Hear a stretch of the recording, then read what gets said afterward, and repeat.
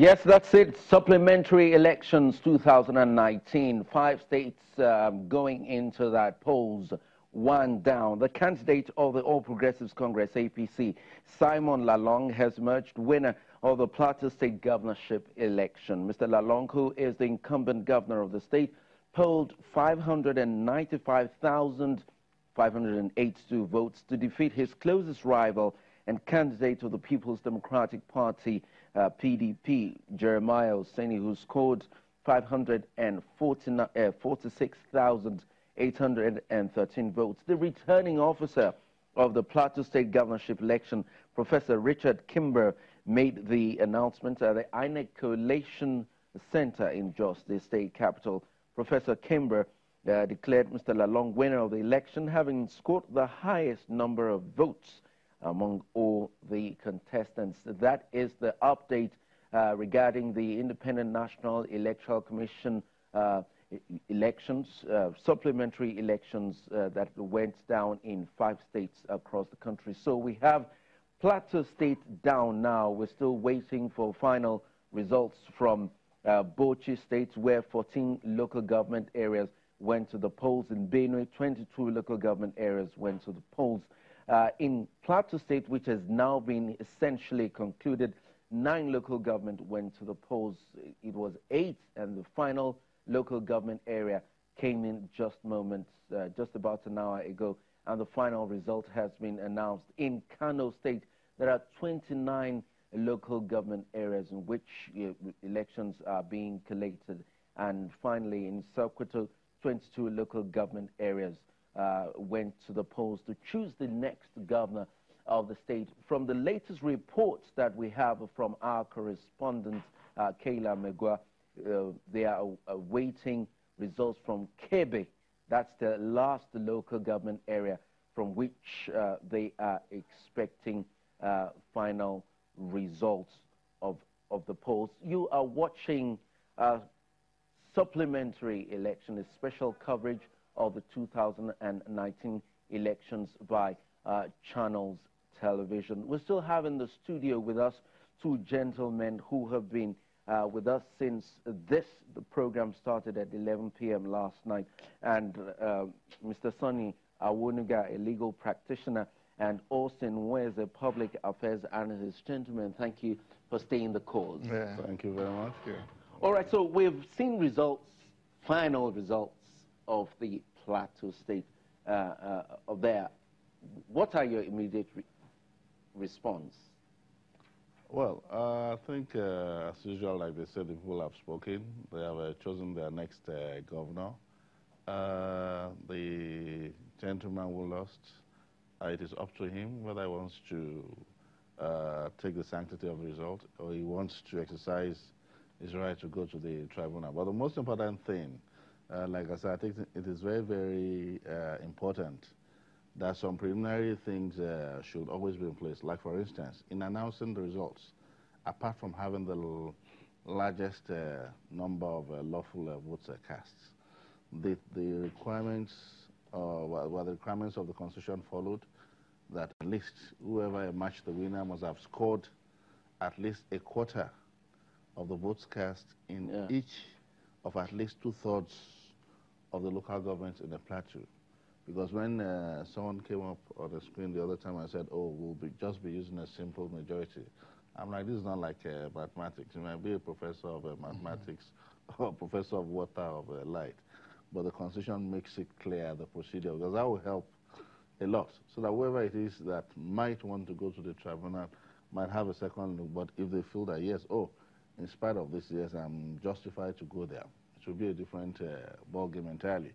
If in announcing the results, the particular procedure was followed, that, oh, in accordance with section 179, he also scored at least a quarter of the votes cast in each of at least 2/3. I mean, how many local governments do we have in Plateau?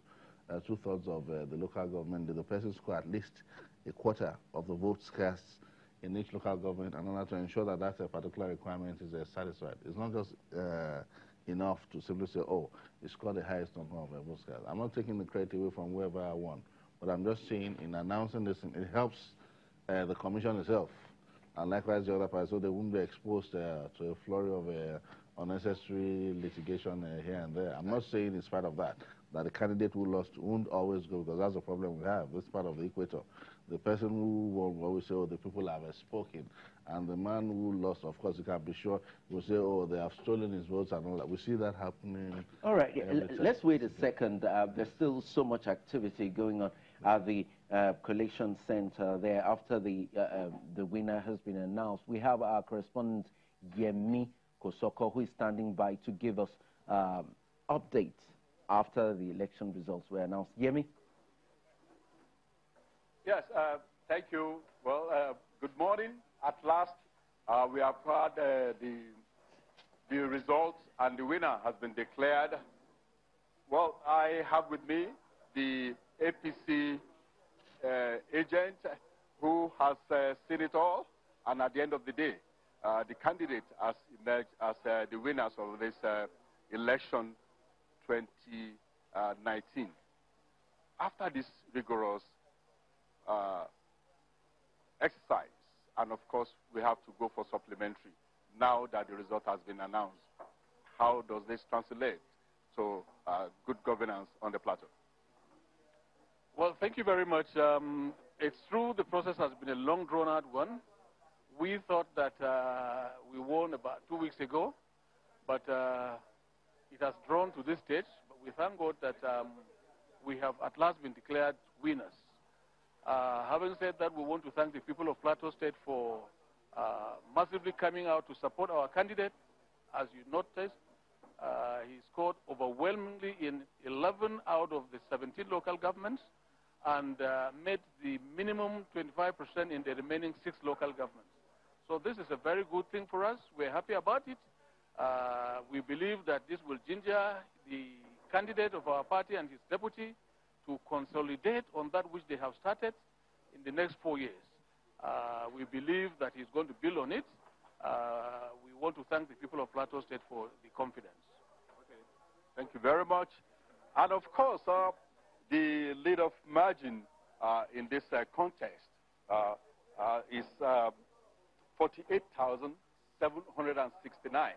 That is what the APC candidate used to have an edge over the PDP candidate. Well, I also have with me the deputy chairman of Interparty Advisory Committee here on the plateau. This exercise, all this while, how has it been so far? Honestly, it's been quite a Herculean exercise. And my pride is we have a peaceful election on the plateau, each free, violence-free, and very, very free and fair election. I was expecting it all over last 2 weeks, but then as God will have it, we'll have to go for a supplementary election, which we came today, and to God be the glory, a winner has emerged. And on behalf of all political parties, that is the IPAC, Interparty Advisory Council, we are advising the losers to sum up courage. There's still another race, 2023, which we believe will congratulate the governor-elect, Simon Bagola, along over the victory and wish him the best of luck for another 4 years. Thank you very much. All right, thank you very much. Thank you very much. Well, that is how it has been from Jos. Solomon La, elected governor of Plateau State, Fidelis Tabgun, Joshua Darie, Jonah Jang, and now Simon Bako Lalong, the newly elected governor of Plateau State. Over to you in Lagos. All right, that is Yemin Kosoko, our correspondent, who has been covering the elections for us in Plateau State. INEC has touched the finish line in Plateau State, but then the signal to go on has just begun for the eventual winner in that contest. Gentlemen, yes, finally, the elections, the governorship elections have been concluded in Plateau State. Many thanks. We can thank God that at least the process was largely, that's the term, it was largely peaceful, and it appears that most people are happy with the process, except, of course, probably beginning this morning, we might begin to hear some dissenting voices if there are. But then, what should the people of Plateau expect now that they have a governor? Well, it's for those that support. It could be a mixed feeling. Mixed feeling in the sense that those that support the governor, incumbent governor, will be happy so that he can continue with it. If he has any project, he should, should continue. Then those that support the opponent may not be happy, but again, they should all join hands to make sure that the Plateau returns back to peaceful coexistence in that state, to make sure that they push the governor. What you find is that usually in every state, even in Nigeria, you find horizontal accountability. But when it comes to vertical accountability, you don't find that. They don't hold those in high authority accountable. They don't push them or make them to be accountable to, to the state or to the people. But within themselves, they hold each other accountable. But it should be able to, the people should rise up and to make sure that the killings will stop this time around, and that the governor-elect should be able to assert himself and, make sure that whatever it is, if it's organized vigilante and all that, to make sure that they provide security, because he's the chief security of the state. But again, like the kind of constitution that we have and the kind of system that we run, we know that the governors, they're supposed to be chief executive of the chief security officer of the state, but most times they're not, because they still have to call Abuja or some higher authority, for security. A governor cannot really give a police CP or somebody say, go and do this. What's going on? Say, okay, I have to call Abuja to take permission from Abuja. And time is going, and things are going wrong. So they should do everything, to make sure that Plateau is a very important state, to us, to Nigeria. And seeing that happening once upon a peaceful state, if there's anything the governor-elect should do this time around, is to provide security. I'm not sure that those that the challenge, the votes, they're close. And because if he had done what he's supposed to do in terms of security, he wouldn't have been this close. He's an incumbent, So I plead and I pray that he will rise up to the situation and make sure that security is achieved in the state. Because when in 1998-99, Robert Kaplan, after doing some study in West Africa, came up with his book, The Coming Anarchy. He said something that in that book, which I encourage everyone to read, that Nigeria's, whatever happens to Nigeria, will not be from Niger Delta or any other place, but from Jos, Plateau State. And he gave his reasons, And, so if Nigeria must remain one, if the report of Robert Kaplan is anything to go by, Plateau State must be a very important state, but peace must return to that place. And people have been dispossessed of their properties and land, should go back to their normal state, to be reinstated to the natural state and the normal thing, so that they can pick up their pieces of pick up their lives once again, and continue with their lives. Mr. Awunga sort of reacted when you signposted the fact that sometimes the chief security officer in states seem to have been compromised now because of for so many reasons. How do you want to come in on this? Okay, quickly touch on that, but I want to discuss something much more important than that. Now, in support of what he said, practically you don't see a governor giving the order to the Commissioner of Police, even though on paper, on the Constitution, is his chief security officer. That's on paper, but in practice, it is actually the Commissioner of Police who is the Chief Security Officer of the state. Because whatever order the governor gives to the CP is only academic. The CP has to clarify from his superiors whether to carry out the order or not. So no matter how it is, the CP is never answerable to the government. Those who are able to do it, they put some politics in it in the days of Governor Tinubu in those days. They said they had a very good rapport with the CP and all that. There was a way they did it, such that, but officially, we all know that's how the command structure was. The Constitution envisages the way it is, just like overseas that, okay, just like the Commander-in-Chief, the Commissioner of the State is supposed to be answerable to the governor. On paper, it should be that, but in practice, it's never like that. So that is one aspect to it. That one has always been happening, and unless and until particular attention is paid to that, because the way the force is, there's a command structure there that does not exactly permit whoever is in the state to just give others there without passing to the central command. Until that is done, that's why you see this agitation, state police, but I'm not for state police. I don't think we're right for it. We are not debating that tonight. Yes, but what I want to say, in respect of a plateau, to be specific, I think the first thing that is missing most of the time, when somebody emerges a winner, there should be this conciliatory thing. Oh, I extend my hand of fellowship to my opponent, is not my adversary, who has run a very interesting race. The two of us will have been good candidates for governor of the state, but we know only one of us can be governor at a time. He has run a good race. He has done very well. It's not as if he's not competent, but of course there must always be a winner. There must always be a loser.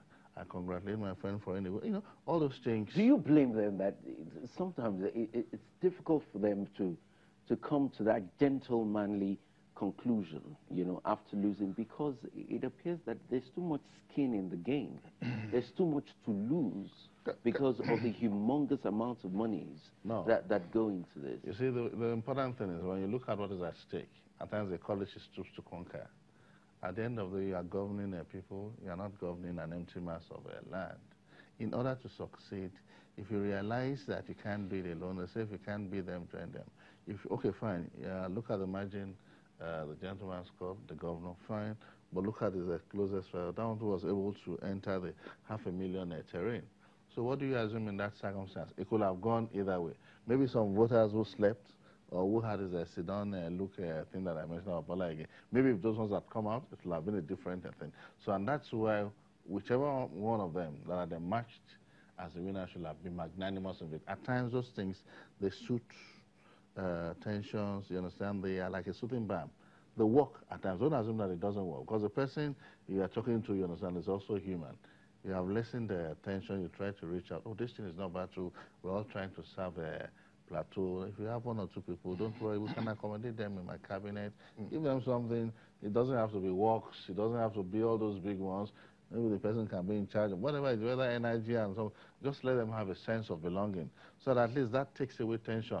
That's from that state. When you run an inclusive, it's important because it's it, and that's the advice. You always see these overseas people. They always tell us that, oh yes, this and that. They should tell the person to run an all-inclusive government, because it has worked for them, and that's why they are recommending that. But when they say it, we all turn, because it's winner takes all. How do I tell my supporters who worked in Moshi that instead of giving them the slot, I'd earlier promise them I'm bringing somebody from nowhere just like that, even though I say it's an ordinary, whatever it is, it's not a big, it's just health. It doesn't matter. Give them a sense of belonging in the interest of the larger community. It doesn't mean that because of that. If you look at sometime when President Obasanjo gave Mimiko then an appointment, by the time I think the gentleman lost in PDP something, he had to switch to the Labour Party. Did he not win Ondo State? But that did not stop the fact that he was part of the government. But maybe at some point in time, maybe the president felt, this man was becoming too much of a, whatever, if you understand. They quietly tried to sideline him. But of course, being the big weight that he was in Ondo State, they felt confident that, if I go for this now, and he won.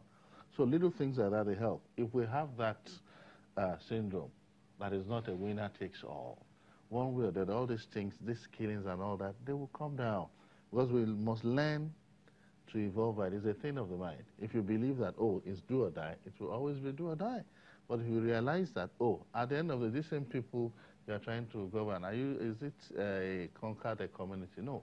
The same people you want to serve, you have to find an exclusive and, how do I put it, a very effective way of doing it such that even the people you are serving, they believe in you, they have respect for your office, and of course, when it's election time, it's always easy for people to believe that, oh, their votes are counted, and that is truly the will of the people. And in addition to that, what really happens, it depends on the mental set or mindset of the politician who has lost elections. If he believes that he has lost the election, he has lost. But I don't believe that in politics that you lose. Because it will come around. It's like a cycle. If you don't win this time, you wait. It will get to you. Just stay on course and all that. And again, because of the zero-sum politics I rightly mentioned that we run, we don't include, it's like what the former president of Kenya, Daniel Arap Moi, said when he became president. He told the tribe of Kenyattas that they had been eating meat when the Kenyatta was president, and his own tribe was eating bone. Now that he has won an election, it's a turn for his own tribe to eat meat, and the other people will eat bone. And that's the mentality of our politicians. They don't want to run an inclusive government and bring in the opposition into the this thing, which Kenyatta did in his own time.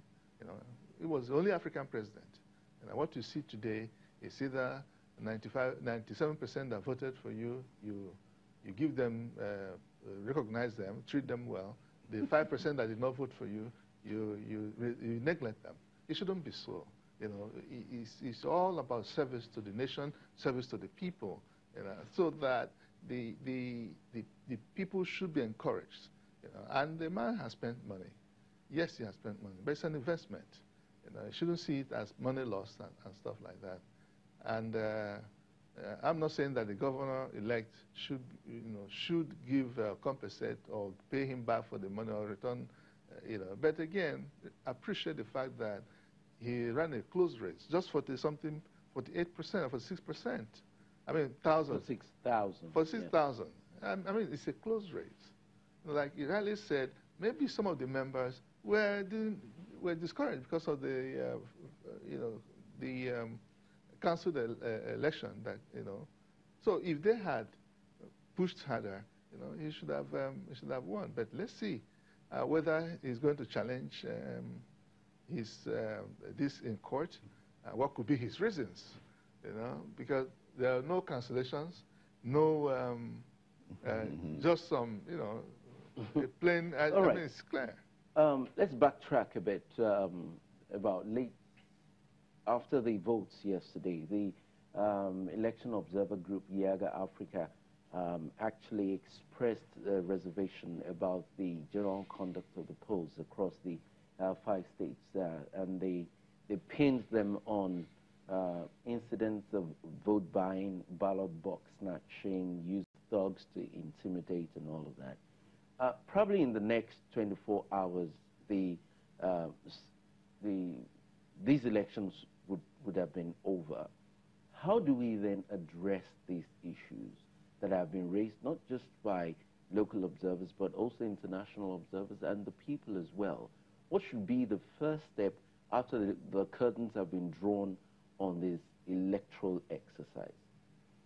I think we have more than enough laws to take care of these eventualities, but unfortunately, either the will to enforce is absent, or there is a conscious effort not to enforce. Why am I saying this? Now, for instance, like we said, what is the essence of the security personnel there?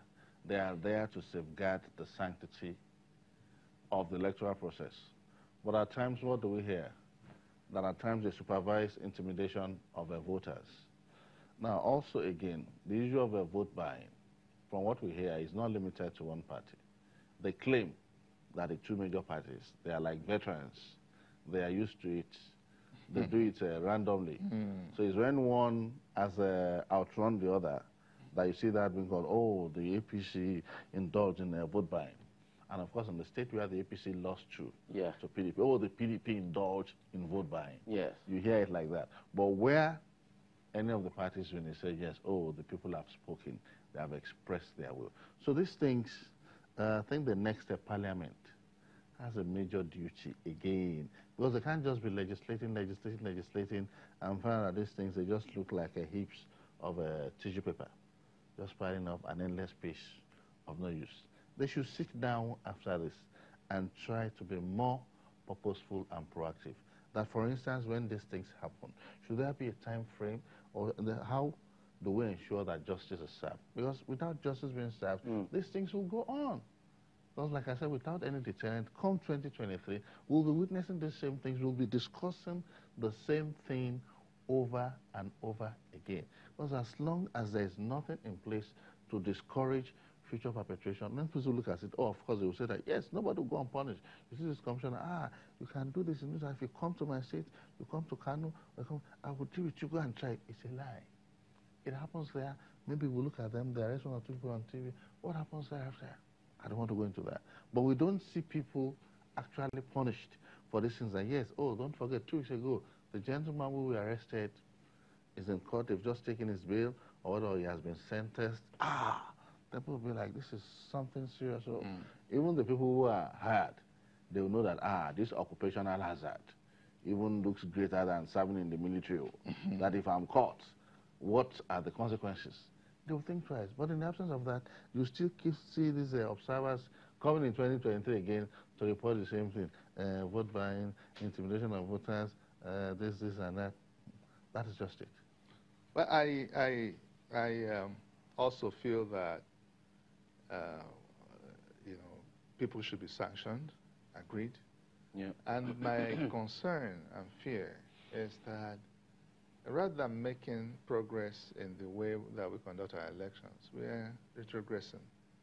And my prayer is that we don't get to a situation, so that it will be like Uganda, where a friend of mine from Uganda said elections in Uganda are supposed to start by 8 a.m., that by 6 a.m., the ballot boxes are already filled up. All right, we'll take a break on that note, and we'll be back in just a moment. So join us again.